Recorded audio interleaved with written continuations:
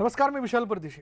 सध्या राज्यातलंच नव्हे तर देशभरातील लसीकरणाचा टप्पा एका महत्त्वाच्या वळणावर येऊन ठेपलाय। कारण एकीकडे 18 वर्षांवरील सर्वांसाठी लसीकरण देशामध्ये सुरू करण्यात आलंय, मात्र त्यामधली आणखी एक महत्त्वाची बाब ही की लसच उपलब्ध नसल्यानं तुर्तास तरी काही दिवस 18 ते 44 वयोगटाचं लसीकरण तुर्तास थांबवण्यात आलेलं आहे। काही ठिकाणी लस उपलब्ध होत नाहीये, तर गेल्या काही दिवसांपासून 2 लसींदरम्यानचं अंतर वाढवण्यात आल्याचं सांगण्यात आलंय। दरम्यान देशात 2च लसींना परवानगी असताना आता मॉडर्ना लसीचं वितरण कसं सुरू आहे, असा सवाल अल्पसंख्याक मंत्री नवाब मलिक यांनी केला। तसंच लसीला भारतात आणण्याची परवानगी केंद्रानं दिली का, याबाबत केंद्रानं स्पष्टीकरण द्यावं अशी मागणीही त्यांनी केली आहे। तर त्याला विधान परिषदेचे विरोधी पक्षनेते प्रवीण दरेकर यांनी प्रत्युत्तर दिलंय। या सगळ्या गोंधळामध्ये लसीकरणावरून राज्यामध्ये जोमात राजकारण सुरू झालं आणि त्यामुळे आता राजकारण जोमात, लसीकरण कोमात असं म्हणण्याची वेळ आली आहे। या चर्चेला सुरुवात करण्याआधी ऐकूयात नवाब मलिक यांनी नेमकं काय म्हटलं आणि प्रवीण दरेकर यांनी त्याला काय उत्तर दिलंय। मुंबईच्या आजूबाजूला त्या मॉडर्नाच्या लसीकरण सुरू आहे। ते लसीकरण जे विदेशातले दूतावास आहे, विशेषकर फ्रान्स या कंट्रीचे जे नागरिक या मुंबईमध्ये किंवा भारतात राहत आहेत त्यांना मॉडर्ना लस देण्यासाठी काही हॉस्पिटलमध्ये लसीकरण सुरू करण्यात आलेले आहे। त्यांचे नागरिक सोबत त्यांचे नातेवाईक जर त्यांनी लग्न केलं असेल भारतीय नागरिकांशी, त्यांच्या पण लसीकरण सुरू झालेलं आहे। मग आता केंद्राकडे आमचे प्रश्न आहे की तुम्ही सांगताय की 3च लोकांना परवानगी आहे, पण मॉडर्नाचं लसीकरण या भारतात कुठल्या पद्धतीने सुरू झाला, विशेष परवानगी कशी दिली।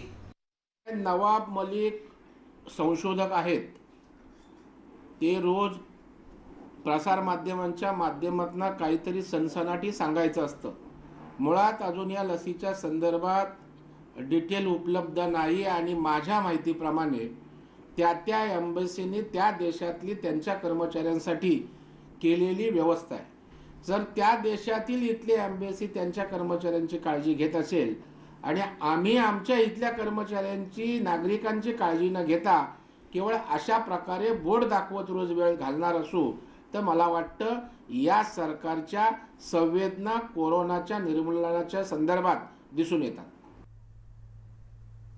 चला आता अधिक सविस्तर चर्चा करूयात। आपल्याबरोबर आहेत विधान परिषदेचे विरोधी पक्षनेते प्रवीण दरेकर, आपल्यासोबत आहेत शिवसेनेचे नेते किशोर तिवारी। प्रवीण दरेकरजी, सुरुवात आपल्यापासून। जे नवाब मलिक म्हणतायत थेट आपण आव्हान का देत नाही की याबद्दलचा पुरावा द्यावा म्हणून आपण? नाही, एक लक्षात घ्या, सर्वप्रथम विषय समजून घेण्याची आवश्यकता आहे। आता ज्या मॉडर्ना लसी संदर्भात नवाबबाई म्हणाले, तर कुठल्याही या जगातल्या एम्बॅसीना त्यांच्या स्टाफसाठी ज्युरिडिक्शन नाही, ते तशा प्रकारचा निर्णय घेऊ शकतात आणि त्याच्यामुळे त्यांच्या त्या बोलण्याला काडी मात्र अर्थ त्या ठिकाणी नाही। दुसरं आपण बघाल तर जे नवाब मलिक बोलतायत ते आणि सरकारची कृती यातला विरोधाभास आपण या ठिकाणी बघा। ते या मॉडर्ना लसीच्या संदर्भात आक्षेप घेत असताना ज्या स्पुटनिक लसीला फक्त परवानगी दिले, त्या व्यतिरिक्त आपण टेंडर ग्लोबल काढत असताना कुठल्या लसी त्या ठिकाणी मागवतोय आणि मग त्याशिवाय आपण टेंडरची तयारी करता आणि त्यानंतर आपण केंद्राकडे परवानगीसाठी पत्र पाठवता। म्हणजे मुळामध्ये टेंडर काढत असताना, प्रक्रिया सुरू करत असताना त्याची माहिती घ्यायची नाही। 1 महिन्यापासून लोकांना ग्लोबल टेंडरचं त्या ठिकाणी स्वप्न दाखवताय आणि नंतर परवानगीला जाताय। दुसऱ्या बाजूला तुम्हाला परवानगी नसताना तुम्ही महापालिकेला परवानगी देताय आणि महापालिका ग्लोबल टेंडर काढते। म्हणजे नेमकं काय आहे की लोकांना त्या ठिकाणी महिनाभर केवळ ग्लोबल टेंडरच्या नावाखाली, खरेदीच्या नावाखाली आपल्या हातामध्ये चेक आहे सांगता, परंतु कुठल्याही प्रकारचं टेंडर नाही, बुकिंग नाही, पैशाचं पेमेंट नाही आणि अशा वेळेला लसीकरण केंद्रांवर लसीकरणाच्या संदर्भात म्हणजे समन्वयाचा अभाव आहे, निर्णय जाहीर केले जात आहेत पण त्याची अंमलबजावणी नाहीये। अमित देशमुखांकडे मी जातो। वैद्यकीय शिक्षण मंत्री अमित देशमुख देखील आपल्याबरोबर चर्चेत, या सगळ्या चर्चेत सहभागी होत आहेत। अमित देशमुखजी, अगदी साधा सरळ मुद्दा आहे. राजकारण बाजूला ठेवूयात, लोकांना लस मिळत नाहीये आणि आता जो तो लसीकरण केंद्रावरती धाव घेतोय. ग्लोबल टेंडरचा मुद्दा असेल किंवा लोकांना लस उपलब्ध करून देण्याचा मुद्दा असेल, केव्हा हे सगळं स्पष्ट होईल? लोकांपर्यंत लस केव्हा पोहोचेल वेळोवेळी? याच्यामध्ये आपण एक समजून घेतलं पाहिजे की लसीकरण हा कार्यक्रम भारत सरकारनं हाती घेतलेला आहे. हा साराच कार्यक्रम त्यांच्या नियंत्रणाखाली सुरू आहे आणि महाराष्ट्रच नव्हे तर भारतातले जे इतर राज्य सुद्धा आहेत ते लस त्यालाही भारत सरकारच देतं. आत्ता अलीकडं त्यांनी 50% लसी या राज्यांनी घ्याव्यात, त्याच्यात सुद्धा त्यांनी काही मर्यादा घालून दिलेल्या आहेत. मुळात आपण हे समजून घेतलं पाहिजे की लसी ज्या भारताला ज्या संख्येनं आपल्याला हव्या आहेत, मला असं वाटतं की या उपाययोजना फार पूर्वीच करायला पाहिजे होत्या. जसं आता अमेरिकेने त्यांच्या सगळ्याच लोकसंख्येचं लसीकरण पूर्ण केलं आणि युनायटेड किंगडमने देखील त्यांच्या सगळ्याच लोकसंख्येचं जवळपास लसीकरण पूर्ण केलं आणि लॉकडाऊनच्या काळामध्ये त्यांनी हे लसीकरण पूर्ण केलं. कारण त्यानंतर जी काही लाट उद्भवणार होती त्या लाटेचा सामना करण्यासाठी जर हे सुरक्षा कवच त्यांच्या नागरिकांना राहिलं तर मग लागण जरी झाली तरी मृत्यू दर हा अगदी शून्याच्या जवळपास असतो, असं हे आकडे आता आपल्या पुढे आलेले आहेत. त्यामुळं महाराष्ट्र सरकार आपला सर्वतोपरी प्रयत्न करते लस मिळवण्याचा. त्यात देखील ज्या कंपन्यांकडनं लसी आपल्याला उपलब्ध होऊ शकतात त्या सुद्धा मला वाटतं भारत सरकारनं निर्धारित केलेल्या आहेत. आता फक्त 3च कंपन्या आहेत. जगामध्ये 7-8 कंपन्या आहेत ज्या आता लस पुरवठा करू शकतात आणि म्हणून मग त्या 7-8 ज्या कंपन्या आहेत त्यांना प्रमाणित करणं आणि अधिकाधिक लस या देशात आणि राज्यात उपलब्ध करून देणं, मला असं वाटतं की याच्यामध्ये ही जी चर्चा आता होते ही तशी दुर्दैवी आहे. आपण या चर्चेत अडकायला नको होतं. खरं म्हणजे लसीकरण झपाट्यानं व्हायला हवं होतं. आज लसीकरण केंद्रावरनं लोक परत जात आहेत. हे चित्र काही पण अमित देशमुखजी, थेट मुद्दा काय आपला, म्हणजे काय मागणी आपण करताय? आणि जे विरोधी पक्षाकडनं म्हणलं जातंय की उपलब्ध लसींचा साठा आणि त्याचं वितरण म्हणजे लोकांपर्यंत ती दिलं जाणं याबद्दल नियोजनात गोंधळ आहे, हे खरं आहे का? हे यात कुठलंही तथ्य नाहीये. कारण देशामध्ये लसीकरणाची जी टक्केवारी जर आपण पाहिली तर महाराष्ट्रामध्ये सर्वाधिक लसीकरण झालेलं आहे. याचाच अर्थ कुठेतरी महाराष्ट्रामध्ये लसीकरणामध्ये योग्य काम झालंय याबाबत कुणीही शंका बाळगायचं काही कारण आहे असं मला वाटत नाही. मुद्दा एवढाच आहे की आता पहिली लाट, दुसरी लाट आणि आता उद्भवणारी तिसरी लाट ज्याची चर्चा आपण ऐकतोय, याच्यामुळे थोडीशी भीती ही जनसामान्यामध्ये आता पसरलेली आहे. त्यांनाही सगळं हे सुरक्षा कवच हवं आहे. आता लहान मुलांना प्रादुर्भाव होतोय जो पूर्वी होत नव्हता, आता ते सुद्धा पुढे आलेलं आहे. त्यामुळं एक भीती जनसामान्यामध्ये निश्चित आहे आणि म्हणूनच त्यांना लस हवी आहे. कारण लस हे सुरक्षा कवच देतं, आता हे सिद्ध झालेलं आहे. अमेरिकेने ते करून दाखवलेलं आहे, युनायटेड किंगडमने ते करून दाखवलेलं आहे आणि भारतामध्ये सुद्धा याची मागणी वाढते आणि म्हणून लसी ज्या आहेत या अधिक संख्येनं भारतामध्ये उपलब्ध असायला हव्यात आणि ज्या इतर कंपन्याकडनं समजा त्या आयात कराव्या लागल्या इतर देशातनं, तर त्याची सुद्धा पूर्वतयारी ही व्हायला हवी.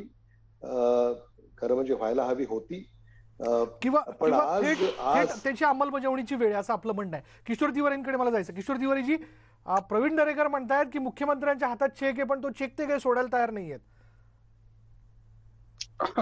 आता मला तुम्ही हा प्रश्न विचारला.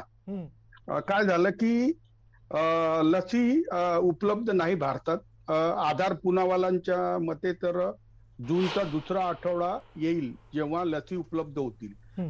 फारच बिकट परिस्थितीत महाराष्ट्रानं फार अग्रेसिव्हली लसीकरण सुरू केलं होतं आणि आता लसीचा तुटवडा झाला. एक तर 18 ते 44च्या निर्णयाची आपण घोषणा केली पण आपल्याकडे लसीचा साठा नव्हता. हे बघा, तेव्हा तुम्ही मला बोलतात की माझे मुख्यमंत्री चेक घेऊन तयार आहेत आणि चेक सोडत नाही. हा झालं राजकारण आणि राजकारण जोमात आहे आणि लसीकरण कोमात आहे, ही परिस्थिती आहे. कोणामुळे रात्री लसीकरण ऐक- कोणामुळे कोमात आहे?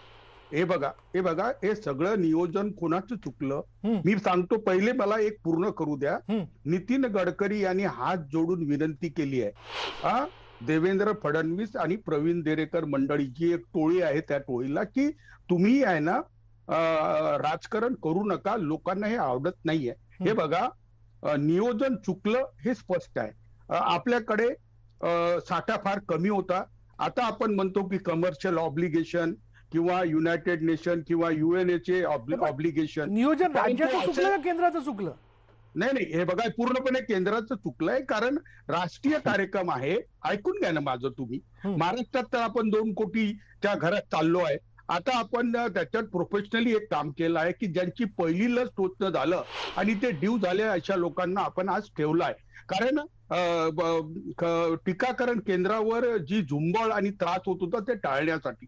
आता बघा, जे प्रवीण दरेकर म्हणाले, हे एकदम चांगले कार्यकर्ते आहे, यांच्याबद्दल मला काही तक्रार नाहीये. ओपन जनरल लायसन मध्ये लस टाकणे ही अट आहे. आणि इक्बाल चहल म्हणत असतील की मी 1 कोटी विकत घेतो, तर इक्बाल चहलला सोबत घेऊन दिल्लीचा रोडा दूर करावा आणि मग ती स्पुटनिक देईल किंवा ॲस्ट्राझेनेका देईल, कोणीही देईल, परंतु मुंबईकरांना लसीकरण ते 1 महिन्यात करू शकतात. तसं महाराष्ट्राचं लसीकरण आपण 3 महिन्याचा टार्गेट केलाय. मात्र आजच्या परिस्थितीत मी सांगतो की आतापर्यंतच्या लसीकरणामध्ये आपल्या कोविशिल्डचा वाटा हा 88% असल्यामुळे आपल्याला कोविशिल्डवरच रिलाय राहावं लागेल. आता दुसरी खेप आली म्हणे स्पुटनिकची. पहिली खेप कुठे गेली मला माहित नाही. दुसरी खेप आली म्हणतात, पण तू त्या किती लसी आहे हे तरी सांगा. अहो, भारत 140 कोटीचा देश. प्रवीण दरेकर बघा काय म्हणतात ते. मला वाटतं किती लसी आल्या हे विचारत असताना सन्माननीय तिवारी साहेबांना सांगणं आहे की पहिला आपण लसीचं काय नियोजन करतोय याचं जनतेसमोर मांडा. आपण खोटं आणि आभासी चित्र कशासाठी निर्माण करता? राजेश टोपे साहेबांनी घोषणा केली की आम्ही जागतिक निविदा काढू, लस आयात करू. बर, किती दिवस झाले आज? मग ती निविदा काढण्यासाठी आपण काय केलं? प्रक्रिया कुठे थांबली? एका बाजूला ग्लोबल टेंडरची प्रक्रिया सुरू करता आणि दुसऱ्या बाजूला केंद्राकडे परवानगी मागता. विचारूया आता. तिसऱ्या बाजूला आपण प्रवीण दरेकरजी, अमित देशमुखांकडे. तिसऱ्या बाजूला आपण हा जो एक बाजूला मुद्दा एकच मांडला. मिनिट आणि तिसऱ्या बाजूला महापालिकेला तुम्ही परवानगी देता. मग तुम्हालाच परवानगी नाही मागता आणि महापालिका टेंडर कसं काय काढू शकते? म्हणजे लोकांसमोर आम्ही काहीतरी करतोय असं करत दिवस ढकलण्याचं काम दुर्दैवानं करतानाच या ठिकाणी दिसतंय. बरं, मग अमित देशमुखांना विचारूयात. काय म्हणजे काय नेमकं कुठे अडतंय ग्लोबल टेंडरच्या विषयाला घेऊन? आपण नाही, आपण एक समजून घेतलं पाहिजे की ग्लोबल टेंडर आता 50% लसी राज्य सरकारे घेऊ शकतात. लसीकरणाच्या कार्यक्रमाअंतर्गत जो कोटा राज्याला दिलेला आहे त्यामधून. पण आपण एक समजून घेतलं पाहिजे की जागतिक निविदा जरी काढल्या तरी ज्या केंद्रानं लस कंपन्याला मान्यता दिलेली आहे त्याच कंपन्या याच्यामध्ये भाग घेऊ शकतील. बरोबर. त्याच्यामध्ये कोवॅक्सिन, कोविशिल्ड आणि स्पुटनिक. पण आपण हेही समजून घेतलं पाहिजे की कोवॅक्सिनची क्षमता काय, कोविशिल्डची क्षमता काय, स्पुटनिकची क्षमता काय, आपली लोकसंख्या काय आणि आपल्याला किती लस या देशात आणि राज्यात हव्या आहे. त्यामुळे मला असं वाटतं की म्हणजे प्रवीण दरेकरजींना माझी अशी विनंती राहील की भारत सरकारकडे एकंदरीत महाराष्ट्राची जी परिस्थिती आहे ही आपण त्यांना जर हे अवगत केलं आणि आणखी ज्या लस निर्माण करणाऱ्या कंपन्या आहेत, आता अमेरिका म्हणते की आम्ही मदत करायला तयार आहोत, मग अमेरिकेमध्ये तयार होणाऱ्या लसी ह्या भारतात याव्यात यासाठी काय प्रयत्न सुरू आहेत? हाही एक म्हणजे अमित देशमुखजी, ही तांत्रिक अडचण आहे का की फक्त 3च फार्मास्युटिकल कंपन्या या जागतिक ग्लोबल टेंडरमध्ये भाग घेऊ शकतात, इतरही कंपन्या असायला हव्यात, म्हणजे जेणेकरून याच्यामध्ये वैविध्य आपल्या हाती येऊ शकतं, असं आपलं म्हणणं आहे का? अगदी बरोबर आहे. वैविध्य आणि संख्या कारण आता प्रत्येक लस कंपनी जी आहे ना त्याची उत्पादन क्षमता याला मर्यादा आहेत आणि यांना जगाला लसी पुरवायच्या आणि मग जगाला जेव्हा आपल्याला लसी पुरवायच्या त्यात आपल्याला भारताला मिळवायच्यात, महाराष्ट्राला मिळवायच्यात, ही स्पर्धा जीवघेणी आहे. आम्ही देशमुखांचा मुद्दा बरोबर आहे प्रवीण दरेकरजी. आपण इतर कंपन्यांना देखील यामध्ये परवानगी देणं काय हरकत आहे? म्हणजे केंद्राने हा झटपट निर्णय घ्यायला हवा. परवानगी द्यायला काहीच हरकत नाही, ती परवानगी द्यावी यांनी मागावी. माझा प्रश्न बेसिकली हा आहे की तुम्ही टेंडर प्रक्रिया आम्ही सुरू केले बोलता, टेंडर मागवता, मग ज्या लसींची परवानगीच नाही त्याची टेंडर प्रक्रिया सुरू कशी काय झाली? याचा अर्थ तुम्ही खोटं बोलताय. टेंडर प्रक्रिया तुम्ही करू शकत नाही कारण तुम्हाला परवानगी त्या वाढीव लसींकरता पाहिजे. आणि हे जर खरं असेल की वाढीव लसींकरता परवानगी पाहिजे कारण असणाऱ्या लसी कमी उपलब्ध आहेत, मग तुम्ही दुसऱ्या लसींची मागणी करत असताना मॉडर्ना लस त्या ठिकाणी त्या एम्बासीने आणली, त्याच्यावर तुम्ही आक्षेप घेताय. मग तिथे ही लस कुठून आली विचारताय. दुसऱ्या बाजूला आपण आणखी लसी कंपन्या याव्यात म्हणून मागणी करतोय. त्याच्यामुळे यांची सगळी भांबावलेली अवस्था आहे आणि त्या ठिकाणी कशाचा कशाला मेळ दिसत नाही. लोकांना लसी मिळत नाहीत, लस केंद्र वर त्या ठिकाणी गर्दी होतीये, म्हणजे 200 लसी असतील तर 2000 लोक येत आहेत. आणि त्याच्यामुळे आता आम्ही काहीतरी करतोय, आम्ही टेंडर फ्लोट करतोय, आमचं युद्ध पातळीवर चाललंय, केंद्रच आम्हाला मदत करत नाही, अशा प्रकारचं चित्र उभं करण्याचा प्रयत्न होतोय. मला या ठिकाणी सांगायचं, केंद्राने स्पष्ट सांगितलंय 50% लसी तुम्ही विकत घ्यायला परवानगी आहे. 18 ते 44 वयोगटातील लसींची जबाबदारी राज्य सरकारची आहे. पण लस पुरवणाऱ्या कंपन्यांना देखील मर्यादा आहेत ना, लस पुरवणाऱ्या कंपन्यांना देखील मर्यादा आहेत. आपण जे म्हणतायत प्रवीण दरेकरजी, अमित देशमुखांनी तो मुद्दा स्पष्ट केलाय की ज्या कंपन्यांना अलाउड आहे, मग स्पुटनिक कंपनीला का नाही ऑर्डर करत? तुम्ही त्या ठिकाणी ज्या तुम्हाला 50% मोकळीक दिलेली आहे तिथे ऑर्डर करून आणा ना. त्याच्यामुळे मला काय वाटतं की केवळ भिजत ठेवू नका. जे काय आहे केंद्र आहे, केंद्राकडे जाऊन बसा, केंद्राशी बोला. केंद्र थोडी काय आपला राज्य काय देशाच्या बाहेरचं आहे. एका बाजूला अमितजी बोलतायत की त्या ठिकाणी जास्त लसीकरण झालं. जास्त लसीकरण का झालं? लस मिळाली म्हणून ना. प्रथम क्रमांक देशात का झाला? लस मिळाली म्हणून ना. प्रवीण दरेकरजी, आपला मुद्दा मी लक्षात घेतोय, पण मी तो सर्वसामान्य माणूस आहे जो पहाटे 5 वाजता त्या लसीकरण केंद्राच्या बाहेर जाऊन टोकन घेऊन किंवा ऑनलाईन रजिस्ट्रेशन करून रांग लावतो. त्याची मात्र निराशा होते ज्यावेळेस असं कळतं की आज लस मिळणार नाहीये. म्हणून या सगळ्या प्रश्नाचं उत्तर आणि त्यातली तांत्रिक गुंतागुंत बाजूला ठेवून ते उत्तर त्याला देणं गरजेचं आहे. ते उत्तर मी घेणार आहे अमित देशमुख आणि किशोर तिवारी यांच्याकडनं. घेऊयात एक ब्रेक नंतर ही चर्चा अशी सुरू राहील. पहा फक्त न्यूज 18 लोकमत.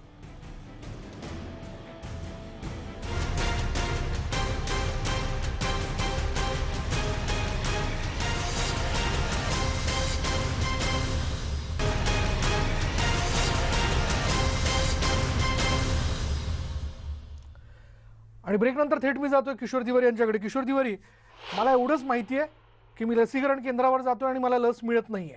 काय नेमकं उत्तर? आता ब्रेकपूर्वी जे मुद्दे प्रवीण दरेकरांनी मांडले, ज्याचं उत्तर मला खरं तर अमित देशमुखांकडनं घ्यायचंय, नेमकी काय अडचणी समजून घ्यायची आहे, पण तत्पूर्वी आपलं काय म्हणणं आहे? नाही, हे दुर्भाग्यपूर्ण आहे. आता तुम्ही हा विषय काढला म्हणून मला मधात बोलायचं होतं की लॅन्सेटचा रिपोर्ट घ्या किंवा माझ्याकडे हे 2 रिपोर्ट आहेत ते मी बघतो आहे. मे महिन्यातलं लसीकरणाचा सगळा कार्यक्रम हा फिसकटला. याला कारणीभूत आहे भारत सरकारकडून 8,56,00,000 लसी बाहेर देशात देण्यात आल्या. त्याच्यामधल्या 4 लाख, ऐकून घ्या, 4,56,00,000 ह्या कमर्शियल टर्मनी गेल्या. उरलेल्या ज्या गेल्या त्या दानशूरपणाने गेल्या. हे बघा, आपण आपल्या लोकांना देत नव्हतो आणि बांगलादेश आणि पाकिस्तानला देत होतो. कसं झालं, आता हा सगळं वादग्रस्त झालं आणि महाराष्ट्र सरकारचं लसीकरण आणि टीकाकरणाचा कार्यक्रम ICMRने एप्रिशिएट केला. मात्र सगळा सप्लाय आता डिस्टर्ब झालाय. तुम्ही समजून घ्या. मी कोविशिल्डच्या उच्च अधिकाऱ्याशी रात्री बोललो. ते म्हणाले की भारत सरकारचे ऑब्लिगेशन आम्ही या महिन्याच्या शेवटपर्यंत पूर्ण करू शकू, त्याच्यानंतरच इतर राज्याच्या गोष्टी होतील. आता स्पुटनिकची कंडिशन काय आहे की जागतिक स्तरावर स्पुटनिकच्या याची मागणी वाढली आहे. मात्र एक मला बोलू द्या की जी कंपनी ज्याची लस सर्वात जास्त असरदार आहे त्या फायझर कंपनीनी भारतामध्ये लसीकरणाचा कार्यक्रम ऑफर केला होता. भारत सरकारनी त्याला खूप त्रास दिलं आणि भारत सरकारनी तर हेही म्हटलं की राहुल गांधी त्या फायझर कंपनीची दलाली करतात.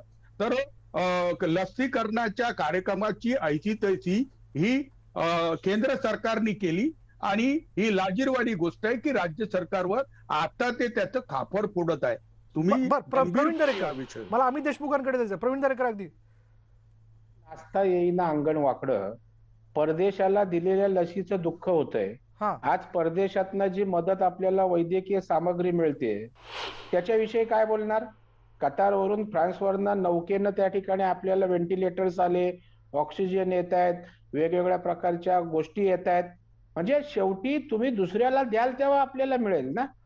तुम्ही लसीकरण महाराष्ट्रात होत असताना 4 लाखाच्या आसपास तुम्ही लसी वाया घालवल्यात. कुठे गेल्या त्या? कुठल्या लोकांना दिल्यात त्या तुम्ही? त्याच्याविषयी काय बोलायचं नाही. आपलं नियोजन त्या ठिकाणी फिसकटलंय आणि केंद्रावर त्या ठिकाणी दोष द्यायचे. त्यावरती प्रवीण, अमित देशमुख. नाही, आपण मला असं वाटतं की लसीकरणा या कार्यक्रमामध्ये सत्ता पक्ष विरोधी पक्ष याच्यामध्ये विसंवाद असण्याचं काही कारण आहे असं मला वाटत नाही. कारण ही आपत्ती आहे, आपत्तीमध्ये आपण सगळे मिळून याला तोंड देतोय आणि मार्ग काढतोय. आपण एक समजून घेतलं पाहिजे की अनेकांनी या ठिकाणी मत व्यक्त केलं आणि हे आता सर्वमान्य आहे की लसीकरण हा कार्यक्रम भारत सरकारचा आहे. म्हणजे हे तर काही आता कोणी नव्याने सांगण्याची गरज नाही.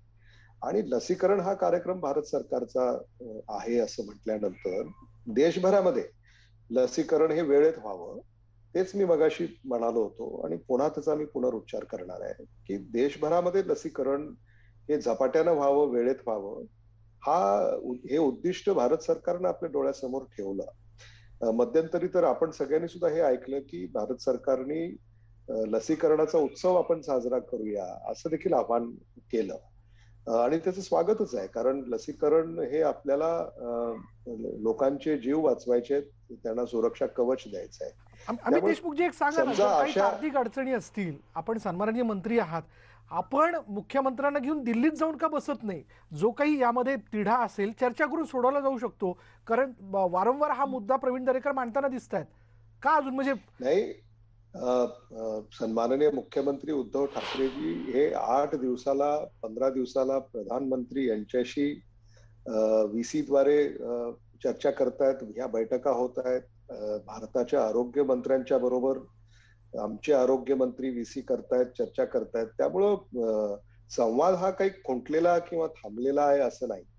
संवाद हा सुरूच आहे. मग अमित देशमुख जी हे सांगा ना की अडचण कुठे आहे की 3 कंपन्यांपेक्षा अधिक कंपन्यांचं स्वागत करायला हवं, या सगळ्या विषयाला घेऊन थोडंसं दरवाजा अधिक उघडा करायला हवा. काय म्हणजे 1, 2, 3 असे मुद्दे सांगा ना, काय अडचण आहे?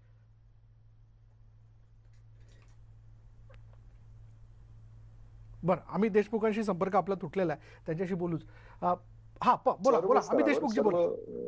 मी हे म्हणत होतो की सर्व स्तरावर हे प्रयत्न झाले पाहिजेत आणि देशाबाहेर जे सगळे देश आहेत जिथं लसीचं उत्पादन होतंय त्या सगळ्या ज्या कंपन्या आहेत त्यांच्याशी संपर्क करून ही जी काही म्हणजे याच्या ज्या काही चाचण्या असतात किंवा त्याचं काही प्रमाणित करणं असतं, हे आरोग्य खात्यानं भारत सरकारचे तातडीनं केलं पाहिजे आणि सगळ्यांना दरवाजे खुले केले पाहिजेत. सगळ्यांनी या लसी इथं पुरवण्यासाठी यायला हवं आणि मग देशभरामध्ये या लसीचं वितरण हे युद्ध पातळीवर झालं पाहिजे. बरं प्रवीण दरेकरजी, आता आपला रोजचा रोज तसं बघायला गेलं तर दिल्लीतल्या लोकांशी आपलाही संवाद होतो विरोधी पक्ष नेते म्हणून. शेवटी आपण महाराष्ट्राचे नेते आहात, आपल्या महाराष्ट्रातल्या लोकांसाठी राज्य सरकारचा संवाद साधतच आहे. मग अशा वेळी तुम्ही पुढाकार घेऊन की चला बुवा ह्या सगळ्या तांत्रिक अडचणी दूर करा आणि बाकीच्याही फार्मास्युटिकल कंपन्यांचं आपण स्वागत करूयात जेणेकरून अधिक पर्याय आपल्या समोर असतील, असं नाही घडू शकत? विशाल, हे सरकार अहंकाराने भरलेलं आहे. लोकांच्या जीवितापेक्षा लसीकरणापेक्षा यांचा इगोनी अहंकार आडवा येतोय. त्यांना असं वाटतं एक पत्र दिलं की काम होऊन जातं, एक तर ते एक सोपस्कार पूर्ण करतात. काल मराठा आरक्षण होतं, राज्यपालांना पत्र दिलं, राष्ट्रपतींना पाठवा. म्हणजे 20-20, 30-30 वर्षाचा लढा एका पत्राने होतो. आता कोविड सारखं संकट आहे. तुम्ही विरोधी पक्ष नेत्यांबरोबर एकदा तरी बसलात का हो? एकदा अपवादात्मक बैठक झाली, चर्चा नाही. आणि मग यावेळेला केंद्र आणि राज्य विसंवाद का तयार करताय? समन्वयाच्या माध्यमातून त्या ठिकाणी प्रश्न सुटायला हवेत, जे अमितजींचं म्हणणं आहे, आमचंही म्हणणं आहे. बर आपण जिल्हे आयुक्त आणि राज्य सरकार वेगळं करतो का? आपण महाराष्ट्र म्हणून बोलतो ना. मग देशाचा भाग एक आपला राज्य असताना प्रत्येक गेल्या महिना दीड महिन्यातला काढा, केंद्र राज्य अशा प्रकारचं प्रत्येक विषयावर राजकारण करण्यापलीकडं काही केलं नाही. आणि परत वर काय म्हणायचं, राजकारण करू नका. माझं तर जाहीर आव्हान या ठिकाणी आहे, एकदा महाराष्ट्र राज्याने श्वेतपत्रिका जाहीर करावी, केंद्राने नेमकं काय दिलं, काय केलं आणि राज्य सरकारने काय केलं. बरं, ठीक आहे. म्हणजे हा यावरती विषय उत्तर घेऊ. कायमचा बंद अमित होईल ना. देशमुखांचं उत्तर घेऊ आपण. आणि किशोर तिवारीने देखील बोलायचं. वेळ झाली का ब्रेकची? ब्रेक नंतर मी या तिघांकडे पुन्हा एकदा जाणार आहे. घेऊयात एक ब्रेक. पहा फक्त न्यूज 18 लोकमत.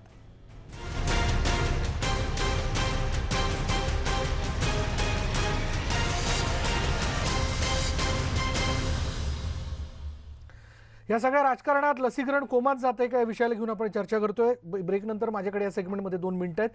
मी एक मिनिटं देणार आहे अमित देशमुख आणि त्याचबरोबर आपल्या दुसरे मान्यवरांना. मी अमित देशमुख यांच्याकडे जातो. अमित देशमुख, म्हणजे ना, ब्रेकपूर्वी प्रवीण दरेकरांनी जे मुद्दे मांडले की केंद्र काय प्रयत्न करते आणि राज्य काय प्रयत्न करते, जसं तुम्ही म्हणताय की विसंवाद नाही आहे, मला यात एवढंच लक्षात, मला एवढंच कळतं सर्वसामान्य माणूस म्हणून की लस मला मिळाली पाहिजे. काय झटकीपट होऊ शकतं, या दृष्टीने काय होतंय? नाही, मी मगाशी जे म्हणालो, झटकीपट एकच होऊ शकतं की भारत सरकारने जगभरामध्ये जिथं ज्या लस निर्माण करणाऱ्या कंपन्या आहेत त्यांच्याशी तातडीनं संपर्क करावा, त्यांना भारतामध्ये बोलवावं, त्यांना येण्यामध्ये ज्या अडचणी असतील त्या दूर कराव्यात आणि राज्यांना मुभा द्यावी की या कंपन्यांकडनं जे 50% राज्यांनी विकत घ्यायच्या त्या राज्यांनी विकत घ्यायला त्याला मुभा द्यावी. दिलेलीच आहे त्यांनी. पण हा जो मार्ग आहे, हा मार्ग काय एखादं राज्य, कारण याच्यामध्ये बरेच आंतरराष्ट्रीय अडचणी आहेत किंवा आंतरराष्ट्रीय काही बाबी आहेत ज्या आपल्याला परिपूर्ण कराव्या लागतात. त्यात भारत सरकारच हे सगळं करू शकतं. आणि हे काही आता म्हणजे मी काही नव्यानं काही बोलतोय असं नव्हे, हे सगळ्यांना माहिती आहे. त्यामुळे भारत सरकारनं ह्या सगळ्या ज्या अडचणी आहेत त्या दूर कराव्यात किंवा लस कंपन्यांना भारतामध्ये येण्याचा मार्ग मोकळा करावा. भारतामध्ये एकदा येण्याचा मार्ग मोकळा झाला की मग केंद्र सरकारने जो कार्यक्रम आखून दिलेला आहे त्या कार्यक्रमाअंतर्गत सगळ्याच राज्यांना त्या लसी त्यांच्याकडनं घेता येतील. आणि यामध्ये भारत सरकारची भूमिका ही महत्वाची आहे. हा, किशोर तिवारी. हे बघा विशाल, अमितला पाहिल्याबरोबर विलासरावांचा चेहरा आणि आवाज ऐकू येतो.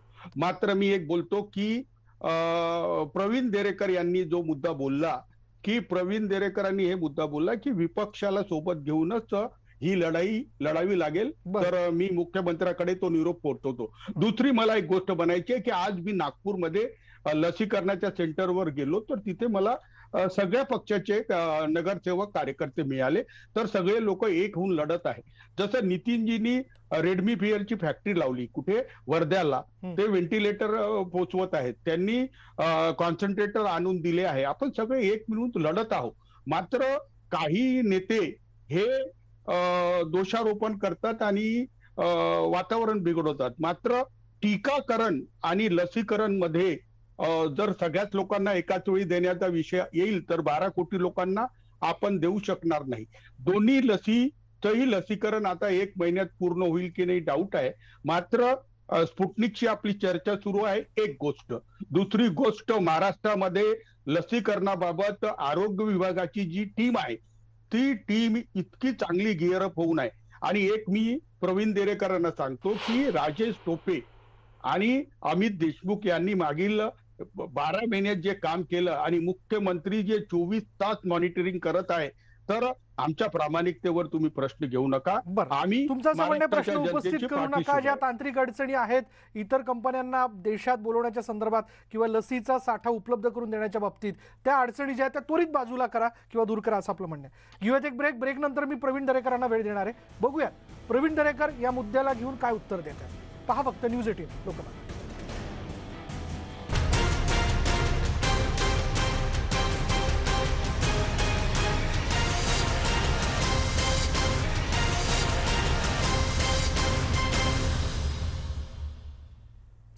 आणि ब्रेक नंतर थेट मी जातोय प्रवीण दरेकर यांच्याकडे. प्रवीण दरेकरजी, मी ब्रेकमध्ये तोच विचार करत होतो की सर्वसामान्य माणूस म्हणतो की आम्ही लसीकरण केंद्रावरती आहोत पण दुसरा डोस अजून काही मिळालेला नाहीये.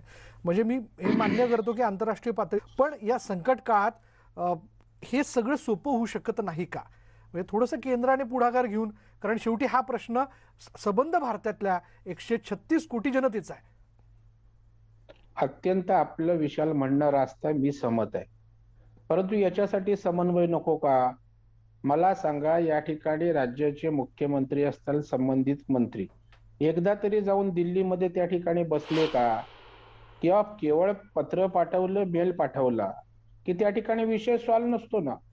समन्वयाच्या गोष्टी करत असताना आपण बघाल की आज या ठिकाणी राज्यात यांच्यातच समन्वय आहे का? आमचे मित्र अमित देशमुख आहेत, वैद्यकीय शिक्षण मंत्री, आरोग्य मंत्री वेगळे आहेत, वडेट्टीवारांचे वेगळे आहे, अन्न व औषध प्रशासन मंत्री आहे.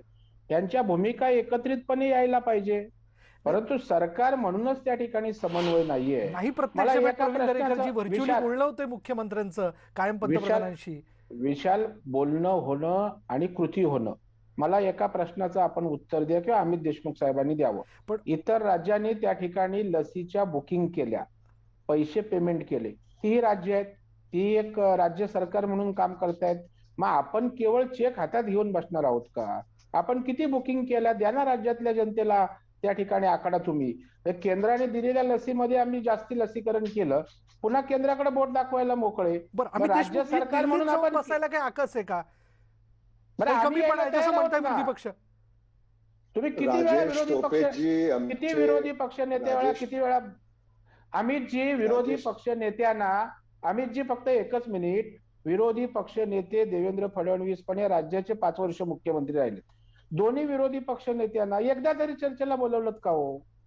कुठल्या मंत्र्यांनी डिस्कस केलं का? मुख्यमंत्री म्हणून किती वेळा बैठका बरं, ठीक आहे. घेतल्या? अमित देशमुख चला यांच्याकडे देवेंद्रजी, थोडक्यात आपण पंतप्रधानांकडे जाऊ. मला म्हणजे आपल्या अंकारात मला असं वाटतं अमित पोटी- देशमुखजी, अत्यंत पॉझिटिव्ह नोटवरती हा विषय, खरं तर ही चर्चा इथं आपण संपू. आपल्याकडनं उत्तर हवंय मला. नाही, याच्यामध्ये राजेश टोपेजी आमचे आरोग्य मंत्री हे दिल्लीला केंद्रीय आरोग्य मंत्री हर्षवर्धनजी यांची दिल्लीत त्यांनी भेट घेतली, त्यांच्याशी चर्चा केली, सातत्यानं संपर्क पण ते त्यांच्याशी म्हणतात आहे. मुख्यमंत्री का जात नाहीयेत? भारतामध्ये कोरोनाच्या या महामारीमध्ये जिथे एकंदरीतच सगळीकडे लॉकडाऊन आणि रुग्णसंख्या जी वाढते आहे, मला असं वाटतं की आपण कोणत्या काळामधनं मार्गक्रमण करतोय. आणि या सगळ्या याच्यामध्ये मला असं वाटतं की कुठेतरी आता जिथं प्रधानमंत्रीच व्हिडिओ कॉन्फरन्सिंगद्वारे सगळ्या राज्यांशी ते बोलतात, बरोबर. जिथं मंत्रिमंडळाच्या बैठका सुद्धा आता व्हिडिओ कॉन्फरन्सिंगद्वारे या ठिकाणी होत आहेत. सरकारचा कारभार हा व्हिडिओ कॉन्फरन्सिंगद्वारे अलीकडच्या काळामध्ये सुरू आहे. त्यामुळे मला असं वाटतं की दिल्लीमध्ये जाऊन नाही विशाल, निवडणुकांमध्ये जाऊन मोठ्या सभा घ्यायला, पक्षाचे मेळावे घ्यायला, आपण जाऊन त्या ठिकाणच्या निवडणुका. ठीक आहे. आपल्या तिघांचं म्हणणं माझं लक्षात आलं. या सगळ्या याच्यामध्ये सर्वसामान्य माणसाचं मत मी आपल्यासमोर व्यक्त करतो ते एवढंच आहे की मला लस हवी, मला तुम्ही सुरक्षित करा. पहिला डोस माझा झाला, दुसरा डोस मला मिळालेला नाहीये. आणि ऐन 18 ते 44 या वयोगटातला मनुष्य जो आहे तो देखील वाट बघतोय की माझ्यापर्यंत ही लस केव्हा प्राप्त होईल. कारण सगळ्यांना या कोरोनाच्या संकट काळात आरोग्यदायी दृष्ट्या किंवा आरोग्याच्या दृष्टीने सुरक्षित करणं फार महत्त्वाचं आहे. काही करा, हे सगळं बाजूला ठेवा, लोकांना लस उपलब्ध करून द्या. इथेच थांबूयात. पहा फक्त न्यूज 18 लोकमत.